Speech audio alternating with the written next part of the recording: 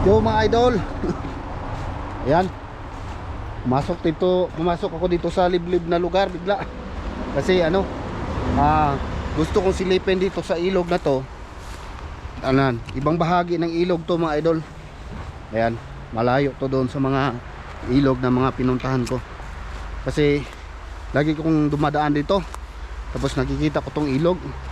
Ayan, nakita nyo. Yung kotse ko nandun sa taas. Bali highway yan dyan sa taas. Ayan, so lagi akong ano dito, dumadaan. Nakikita ko tong ilog. Yan, gusto ko lang silipin mga idol kung sa parteng ilog na to mga idol ay may isda bang nakaakyat. Ha? Yan, tara natin mga idol. Yan. May binaybay lang ako na ano, na parang dinaanan din ng tao. Yan. So madahon masyado at madulas. Yan, titingnan natin dito. Yan. Nakikita nyo mga idol. Oh, balik rin natin ha. Camera. Ayan. Ang linaw ng tubig oh. Sobrang linaw. Yan. Punta tayo doon sa unahan. Ilipin natin mga idol. Kasi lagi ko talagang dinadaanan tong ilog na to. Tsaka may mga nakikita akong mga tao dito na minsan pumupunta. Ito may daanan dito oh. Papunta doon. Silipin ko ha, para dito ako dadaan mamaya pagka ano, babalik ako kung legit ba itong daanan. Ayan, papunta doon daanan. Pwedeng dumaan ito mga bakas na ito na may dumaan tao dito, sure na yan. So ayan mga idol, nakita nyo ito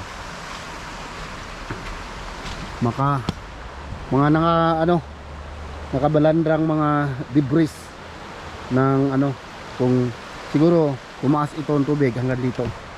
Kaya ayan dyan, ganyan yan. Yan. Yan yung tubig mga idol. Dito banda mga idol, silipin natin. Ayan. Kasi ito naman talaga yung vlogging natin no. Sa mga nature, sa mga ilog, fishing. Yan, basta naman klasik-klasik adventure. Dito tayo. Ayan. Merong malaking dalawang imburnal dyan oh. Sobrang laking dalawang imburnal. Ayan. Sobrang laking imburnal.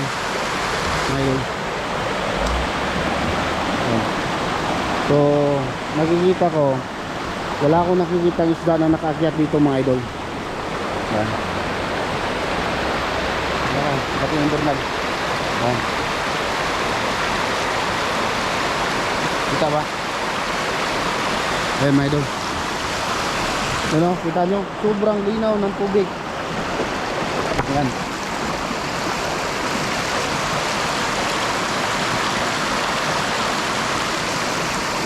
So bali wala akong nakitang ano, isda talaga, kahit isa. Oh, malalaman nyo yan kasi pagka may isda yan, na ganyan-ganyan yan dyan, or kung mayroon bang patay dito sa gilid ng isda. At saka wala rin akong naamoy na malangsa, no? Tulad nung last vlog natin mga idol na malangsa yung area ng Sapa dahil ano, maraming isda na patay. Dito wala. Ayan.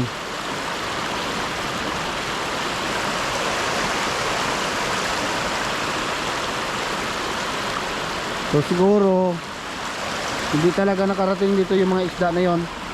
Dahil sa unahan siguro baka may mataas na pole. Pagka sobrang taas na ng pole siguro hindi na sila makaakyat masyado. Ayan. Hindi na sila makaakyat. Kaya hindi na sila nakarating dito mga idol. Yung mga isda na yun na salmon. Pero may sign doon eh na salmon daw eh. Protected salmon eh. Kasi yung mga creek na mga ilog, mga ano dito Sapa na nilalagyan nila ng ano, signage na protected area for salmon. Ibig sabihin may mga salmon nakaakyat.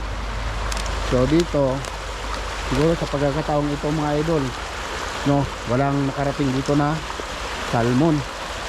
Ayan. Ano?